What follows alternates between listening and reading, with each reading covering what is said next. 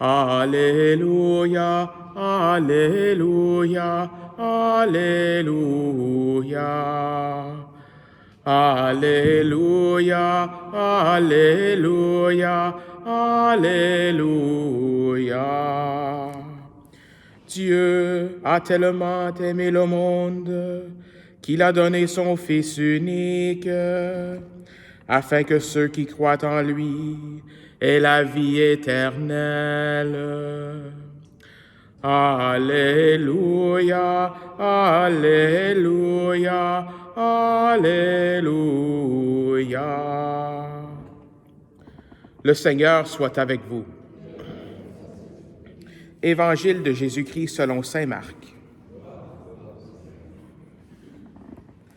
Ce jour-là, le soir venu, Jésus dit à ses disciples, « Passons sur l'autre rive. » Quittant la foule, ils emmenèrent Jésus, comme il était, dans la barque, et d'autres barques l'accompagnaient. Survient une violente tempête. Les vagues se jetaient sur la barque, si bien que déjà elle se remplissait. Lui dormait sur le coussin à l'arrière. Les disciples le réveillent et lui disent, « Maître, nous sommes perdus. Cela ne te fait rien? » Réveillé, il menaça le vent et dit à la mer, « Silence, tais-toi. » Le vent tomba et il se fit un grand calme. Jésus leur dit, « Pourquoi êtes-vous si craintifs? N'avez-vous pas encore la foi? » Saisis d'une grande crainte, ils se disaient entre eux, « Qui est-il donc celui-ci, pour que même le vent et la mer lui obéissent? » Acclamons la parole de Dieu.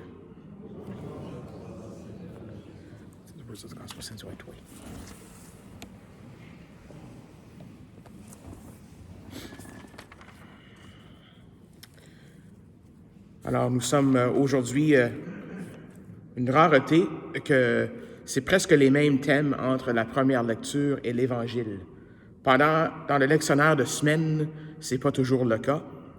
C'est toujours le cas les dimanches. La première lecture et l'Évangile correspondent tout le temps. La première lecture, en fait, est choisie pour correspondre au thème qui est dans l'Évangile, mais pendant la semaine, c'est comme deux différentes tracks, si on veut. Mais aujourd'hui, on a le même thème. Et le thème, c'est vraiment, ce thème, trouver ma page ici, ce thème, c'est la foi. On entend beaucoup cette petite phrase dans cette première lecture, « grâce à la foi ». Ça saute, hein? Grâce à la foi, Abraham a pu faire ceci. Grâce à la foi, Sarah a pu faire ceci. Grâce à la foi, Isaac a pu faire cela. Et là aussi, dans l'Évangile, nous avons Jésus avec ses disciples. On pourrait dire les 12, peut-être que les 12 sont là. Dans d'autres évangiles, ce sont les 12 qui sont avec lui sur le bateau. En tout cas, c'est peut-être les 12 avec beaucoup d'autres de ses disciples.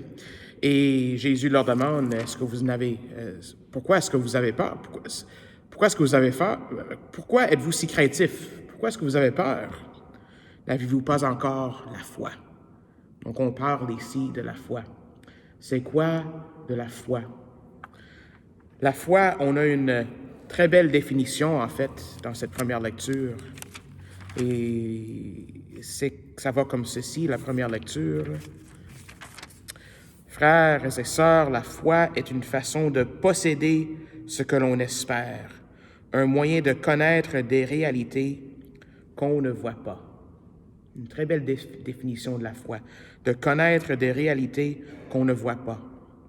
Donc la foi est au niveau de notre capacité intellectuelle, notre niveau de compréhension, au niveau de la raison. La foi, en fait, augmente notre raison. La foi, ce sont des réalités qu'on ne peut pas prouver avec la science. Ce sont des vérités, des phrases, si on veut, qu'on ne peut pas vérifier avec la méthode scientifique. J'aime ça voir la foi comme cela. Et aujourd'hui, on a beaucoup d'exemples de qu'est-ce que la foi a fait dans la vie de plusieurs personnes dans la première lecture. Et je pense que ça va continuer avec d'autres personnes la semaine prochaine dans cette lettre aux Hébreux, mais on parle ici d'Abraham, de Sarah et d'Isaac. On parle ici de, peut-être on pourrait dire, une transmission de la foi. Hein? Donc, Abraham a transmis sa foi à Isaac, même quand il amenait Isaac pour le sacrifice en haut de la montagne. Donc, c'est comme une transmission, il fait confiance au Seigneur, cette transmission de la foi. Et là, nous avons les disciples, les apôtres, qui sont, eux, les premiers à transmettre la foi. Même quand je pense aux disciples, aux apôtres, on pense peut-être au symbole des apôtres, le « je crois en Dieu », qu'on prie souvent les dimanches. Ça s'appelle le symbole des apôtres parce que tradition a que il y a comme 12 phrases, 12 vérités, 12 petites phrases dans le symbole des apôtres qui correspondent à chacun des 12 apôtres. Tu sais, je crois en Dieu, le Père Tout-Puissant, Créateur du ciel et de la terre. Ça, c'est associé à un des apôtres. J'ai pas fait le lien entre quel apôtre aurait dit quoi, mais en tout cas, c'est par tradition qu'on a 12 apôtres pour chacune des phrases dans le symbole des apôtres. Et ce sont les apôtres qui, eux, ont transmis cette foi à l'Église, qui ont proclamé cet évangile, qui ont proclamé le Christ ressuscité pour la première fois. Et quand on voit, par exemple, dans l'Évangile, chaque fois qu'on voit du monde sur un bateau avec Jésus, on peut immédiatement penser que ça, c'est l'Église. L'Église en pèlerinage, l'Église en marche.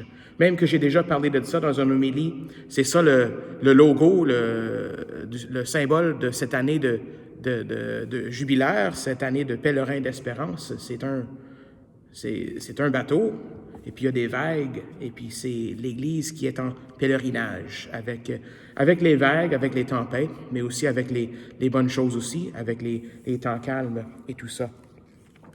Alors c'est ça, aujourd'hui, on parle de transmission de la foi. Comment est-ce qu'on peut transmettre cette foi-là?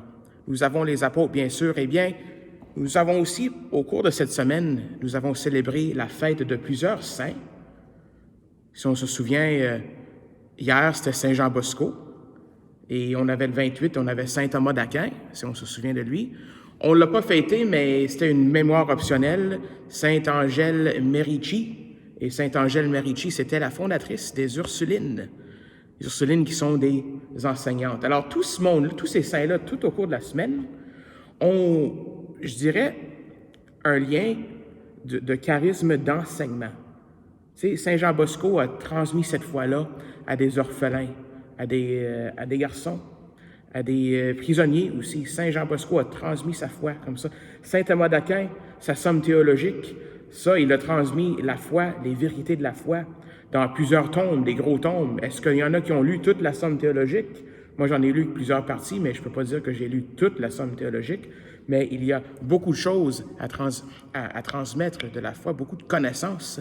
Et même Sainte Angèle Merici, elle qui est la fondatrice des Ursulines, c'est là que les écoles ont eu un départ ici au Canada.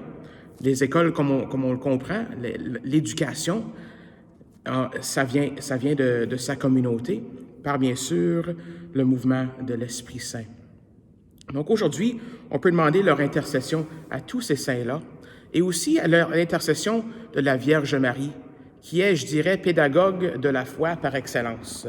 Parce que Marie, elle a dit oui au plan du Seigneur, elle a dit oui à l'ange Gabriel. Elle avait cette foi que le Seigneur allait faire quelque chose d'excellent, qu'il allait faire quelque chose de bien dans sa vie, qu'elle allait trouver son épanouissement, son appel en suivant le Seigneur.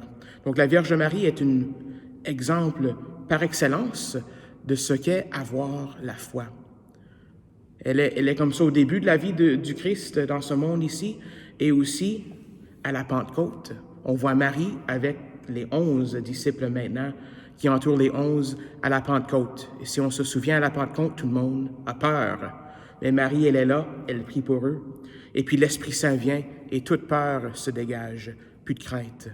Alors aujourd'hui, on demande l'intercession de Marie, l'intercession de tous ces saints-là que j'ai mentionnés, que le Seigneur puisse augmenter en nous la foi.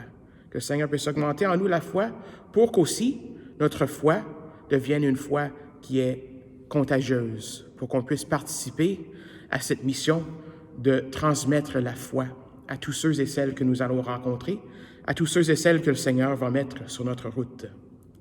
Amen.